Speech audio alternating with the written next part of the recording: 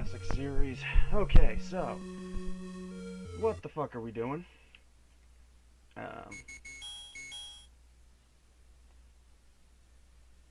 I'm remembering how to play this first off, but what we're actually going to be doing today is we're going to look at how this game guides a new player. So let's get a name in here. Oh. I think it only allows 4, so there we go. I don't think there's any difference between this one and the one with my actual name, but let's not take any chances. So, just starting the game up, we got our first screen. Jumping right into it. Good to go. Alright, now, starting off with, we obviously have this square here, away forward, away to the right, sorry, away north, and to the left. Now, already, if you've been growing up playing Mario or whatever the fuck, this is weird. Really, at this time, Metroid was the only other game that gave you freedom of exploration right from the go, and even then, it wasn't like this. So, let's see, I'm a new player, I don't know what's going on, I try the buttons, they do nothing. Now, here's the thing. This black square is obviously going to draw the player's attention, but if I'm new with this, I may be a little nervous about going in there. I'm like, man, that's a dungeon, I don't seem to be able to attack. Let's go exploring and see what we can find. So, if I'm playing Mario, I'm used to going to the right. And we got dudes here, they're octopuses. And these things obviously are aggressive. Oh, and right there you go. If you're facing one, your shield bounces off. Their aim fucking sucks. But, one of them touches you, you take some damage. So I'm thinking, okay, I don't go that way. I can't seem to kill those things. What's up north? More unfriendlies. So, just in case, we're going to check to the left. And again, more aggressives. Touching any of these will obviously get you the same result as we got when we head to the right. So eventually the player is going to come back here either because they died or because they're thinking, well, shit, I'm not supposed to go that way. And so eventually the player's going to be like, okay, so maybe I should head in here.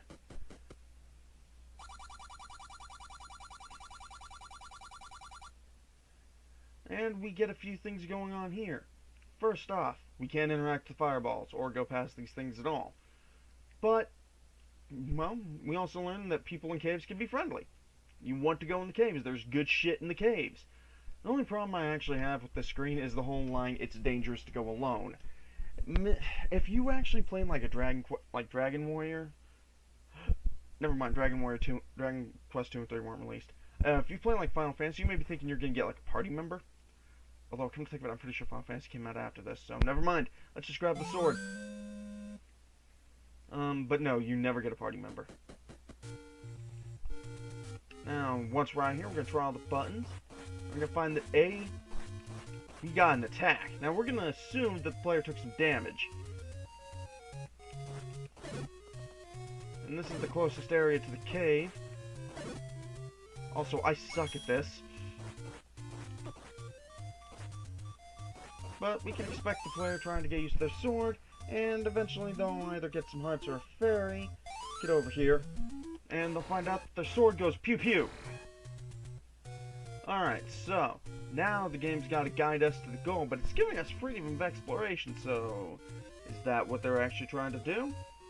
Well, let's assume the player actually did go north, and we got 2 directions. Now, again, I'm playing Mario, so maybe I'm going to go right. Looks a lot like lower screen, doesn't it?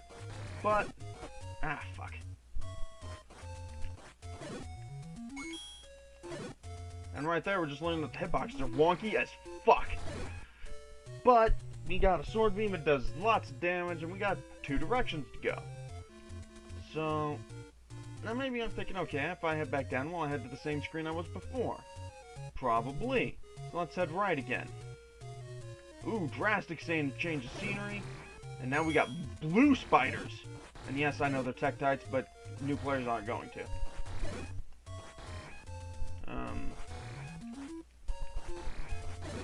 There we go. Okay, so we got a change in scenery. We obviously got some mountains, more blue tektites, and nothing really stopping us from exploring. In fact, no real indications of where we're supposed to go, for that matter.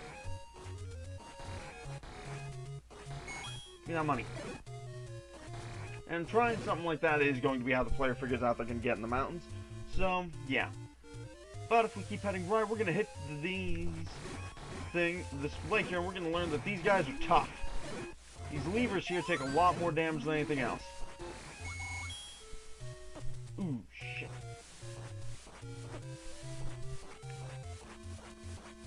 And that these guys are dicks. Ah. You also can't walk in the water. So a new player might try to fight these guys for a bit. But let's assume they got a bit of preservation instinct. And actually, let's make them go right again. Now, at this point, once they see that, they're probably thinking, okay, I'm really not supposed to go this way this early on, so let's take some exploration. We got blue walked rocks, and we got moblins. First off, here's where they will learn that retro games lag like ass. And then I died.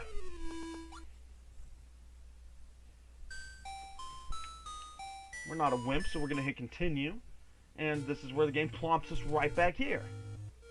Okay, so now if I'm a new player, I'm not sure if this is because the game wants to reorient me, or if it's because maybe there's something in this area I missed. Now, on a side note, starting the player back here right after they die in the overworld, kind of makes sense. This is always going to be a familiar space, so it's good. So it's a good way for the player to reorient themselves if they got lost. But I've also noticed that my health is refilled, so yay. Fucking gonna shank you. And let's head back to the right. Now I'm thinking I kept going right, and that didn't work out. But north seems to be working out for me, so maybe I'll head north. Or this shit. Now by now I'm starting to notice the killing monsters doesn't really work out for me too much. And now I've got monsters that I can't even damage, so no. That's clearly not where I'm supposed to be. Let's head north again.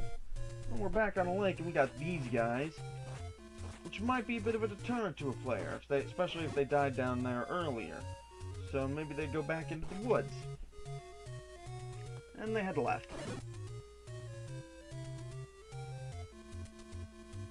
Now let me be clear, while I am trying to show how this game guides a new player to an optimal experience, I'm not trying to say that this is some hand-holding experience. This game is very freeform, and you could accidentally go off the rails very easily. But these tougher enemies around bodies of water do seem to be inclined to tell that... Now, actually, I'm going to finish that sentence here in a bit.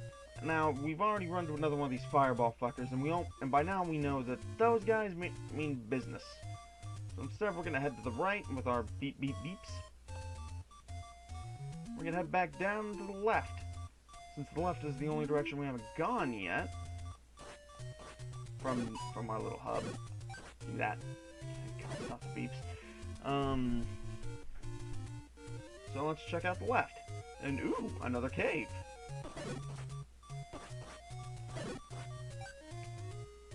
So this is already promising compared to some of the other things we've seen. Ah, I thought I had full health. No! Okay, by the way, this is recorded live. So yes, you are seeing live footage of me sucking. But yeah, here we find our first shop, and here's where we learn that money is precious, and shit's expensive. So let's keep going left. If I've already played Metro at this point, then I know there's good shit to be added to the left. Now, we found a bridge, but there's a fireball guy, and he just killed us. At this point, we've learned that water is not good for us, so let's continue. And if I'm a new player, I'm maybe starting to get a little bit frustrated at this point, because I don't seem to be making any progress. We got tektites. Now these guys are actually a little easier than the Octoroks because there's no range attack, so maybe I'm supposed to go this way. Unfortunately, that just leads you back to the bridge, and enemies you can't even hit. But we did see that cave on the bridge. We're gonna add that to our map because it might come into a little mental map because it might be important later. I'm gonna get stuck on a wall then. Alright, and now as a player I'm thinking, okay, I've been back here a lot, maybe there's something else in this cave. Unfortunately, no. So, now we're well and truly lost. However, we have learned that if we go pretty much any direction, we are going to hit a body of water eventually. However, shit. This seems to be the area where we can go without running into enemies we can't damage for the longest amount of time. So, maybe we're supposed to go this way? Head up? Also, by now, we're starting to learn that we don't actually have to engage enemies in combat. Which is going to become much handy, because I'm about to die again. Oh god. So we make it across to this bridge, or I would have if I hadn't gotten shot in the back by an Octorok. Son of a bitch. But, that bridge is going to be exciting to a player because it leads off into the water. And there's still nothing really to indicate that's not where we're supposed to go. And it's the easiest way to go. There's only been one screen that has a bunch of annoying enemies to deal with. This one right here, and if you keep going forward, you can actually get through it pretty unscathed. As you can see, we only lost about a single thing of health. Let's head to the left here. And this looks important. Chase down this Octorok and kill him. See if he drops any health. And now the player's going to pop in here. And they're going to see level 1. Now, obviously, this is a different thing.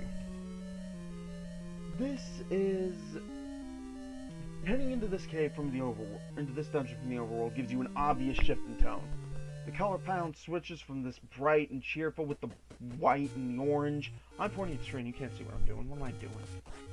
One of these days I'm gonna psych-ag for an audio recording. But we got upbeat music, we got bright colors, it's adventurous and cheerful. Not anymore, it's not. Now we're in a cave and it's dark and it's grim. Or a dungeon, rather. We got darker color tones, a more ominous theme. Excuse me one moment.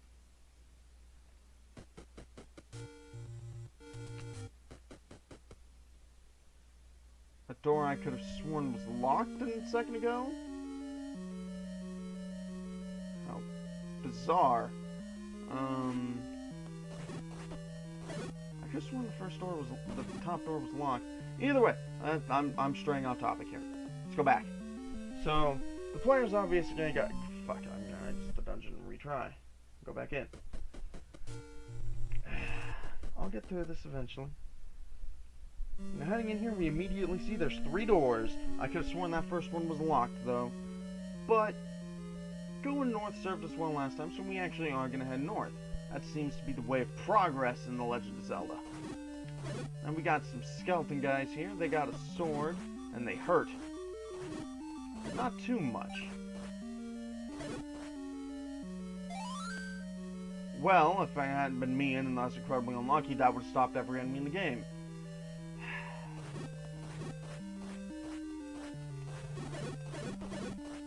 You know, Donovan, if you're watching this, if you ever play this game, you're gonna have to start a useless stopwatch count. But now we've hit a dead end. We've got 2 directions. So... right seems to have worked out for us, sorta. Let's head right. Ooh, an item. We also got some new enemies. Bats, and they fly every which way. And they kill my ass dead, because I suck.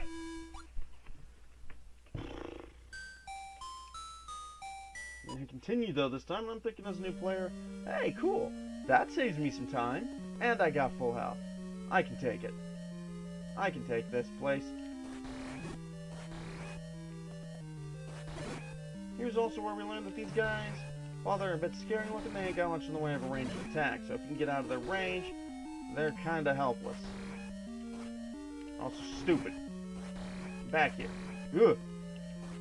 There we go. Get stuck on a door. Jesus.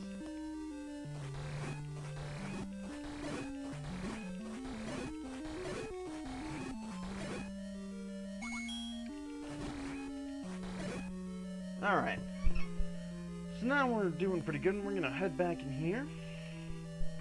And now we're armed with our trusty magic sword. Whoa, shit. Well, we were until I fucked it up.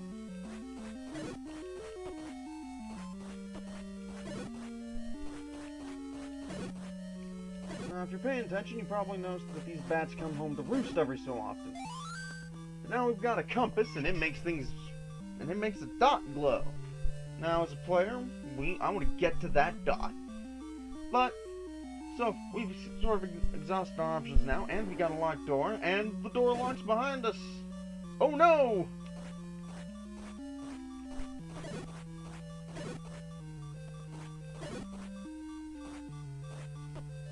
And then I died. I'm not good at this. I'm really not good at NES games in general. Continue? But alright, now that I've died again as a player, I can see that I've got my compass. If I push start, which I will have done at some point, I can see I've even got a little map that shows me where I have and haven't been. But, I know that door's locked, so I don't want to go back there. That doesn't seem to be much of use to me. Let's head to the left.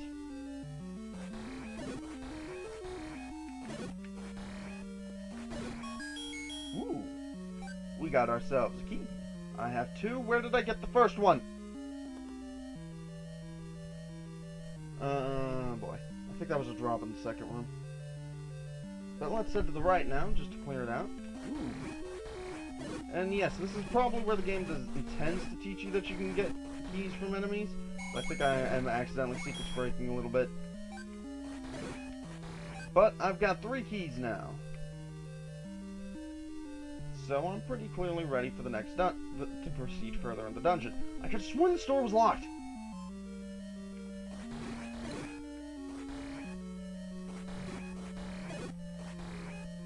Because I'm 90% certain that the door to this room was locked so that you would have to go right to get that key. That bugs the shit out of me.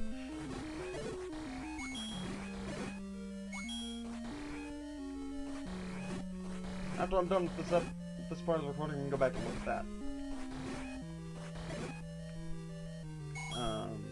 Anyways, we can go back left now, and I'm only going up through the end of the first dungeon because that's where the player really stops being a new player. Okay. Ooh, nice. But now we can see that if we kill all the bats and all the enemies in the locked room, door opens. Cool. And now we have tiers. Well, they can't all be hits, I suppose. We got block. It's a little off center. Can't do anything. We can't seem to do anything with the block, or we can. We push the block around and it opens a door. We go into this door, and the old man tells us that the Eastmost Peninsula is the secret. Bit of a helpful navigation clue. So now we know we can find the old man and some navigation clues in the dungeon. Let's go!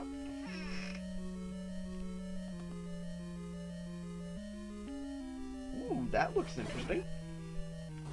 Heading into this room, we can see we clearly got some objects of interest. This is gonna be the longest fucking For Fun and Profit episode yet. And it's just me fucking around in Legend of Zelda. Open this, we got a map. Now we can see all sorts of shit. And we can see we've actually explored the dungeon pretty well up to now. However, our shortest path lies up, so let's head up.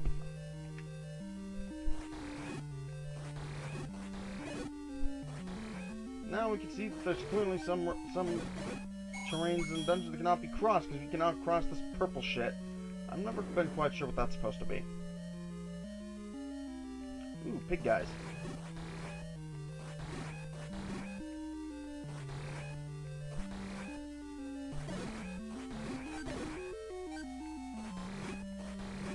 Now, clearly we can see that these pig guys are the first enemies in the dungeon we've seen with ranged attack.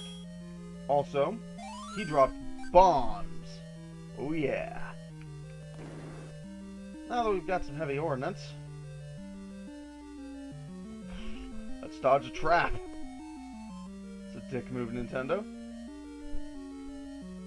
let these traps go by. And, okay, yeah, if you're a new player, you're probably not going to dodge the traps every time. Eventually we'll make it around back here so we can open this thing, kill these bats.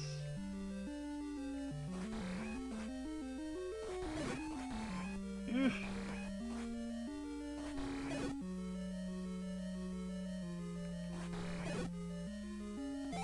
And we can go in here and get ourselves our first dungeon item, a bow.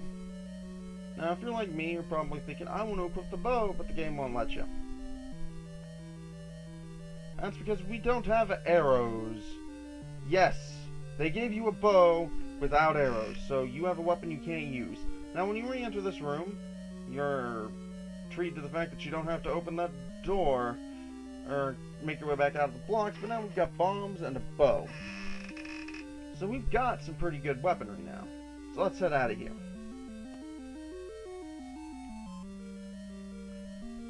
Also, my right hand itches. Also, we see the enemies don't respawn very much when you're just traveling around the dungeon. More bombs. As you can see, ooh, nice. The game is starting to fill out our arsenal. We also got a boomerang. Now, you probably know. Now, as a new player, I've noticed that bomb counter, so I'm thinking I don't want to be too risky with that because I know money's rare. But this doesn't have a thing. We press B and we can fling that boomer jigger around. Yeah. We also hear a roar, and we see hands. And these hands are spooky and they're disembodied, and they indicate pretty clearly that the player does not want none of that shit. Fuck off, hands. Ugh. Wallmasters, these are known as Wallmasters, and they are, those who don't know, and they are the bane of every Zelda player's existence. Well, let's head up.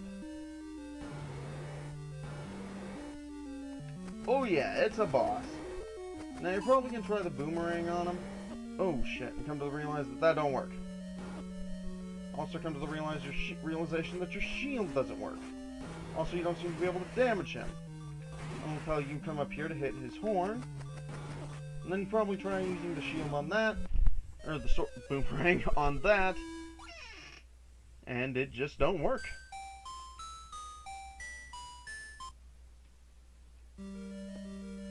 And then the boss kicks your ass. But now, you know where that motherfucker is.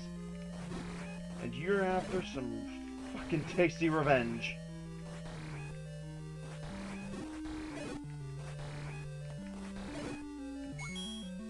Now, getting back to Aquarius ain't too hard if you as a player remember where to go. And you as a player should. You've already unlocked all the doors. There's nothing standing between you and that motherfucker. Just as long as you move your ass. Fucking slimes. So let's boogie. Now this is honestly a bit of a part to weed out anyone who's not going to be getting into this game. I thought I heard someone calling my name. Very odd. Because the first boss is actually kind of tough for how early in the game he is. If you're not prepared, he will just slaughter you.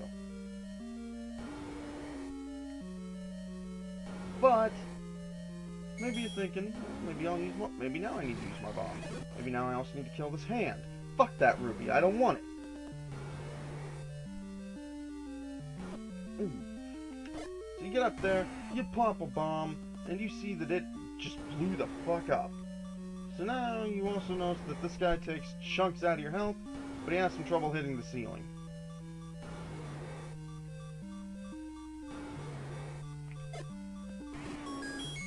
And there he goes. Down he goes in 2 bombs if you thought to try him out. And you get a heart container, so you can see from beating bosses refills your health.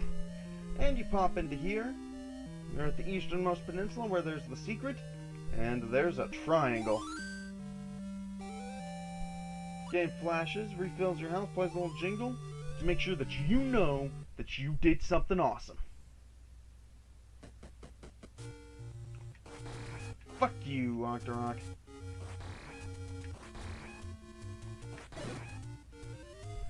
Anyways, after you kill the Octorok, if you look in your room, you can clearly, if you look here, you can clearly see that that bit of triangle is filled up part of your Triforce. So now you've got a pretty good establishment of what the game's goal is. You need to fill that triangle. You also know that the game is going to give you some weapons and armor to use. You also need to figure out how to use your bow.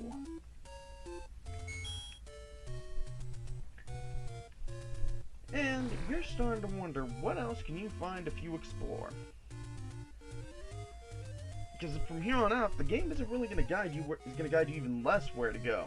So, I hope you all enjoyed this look at how the first Legend of Zelda guides you on figuring out how to save.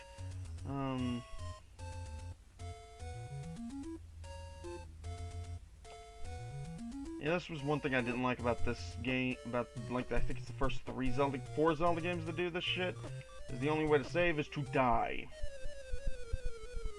I don't like it.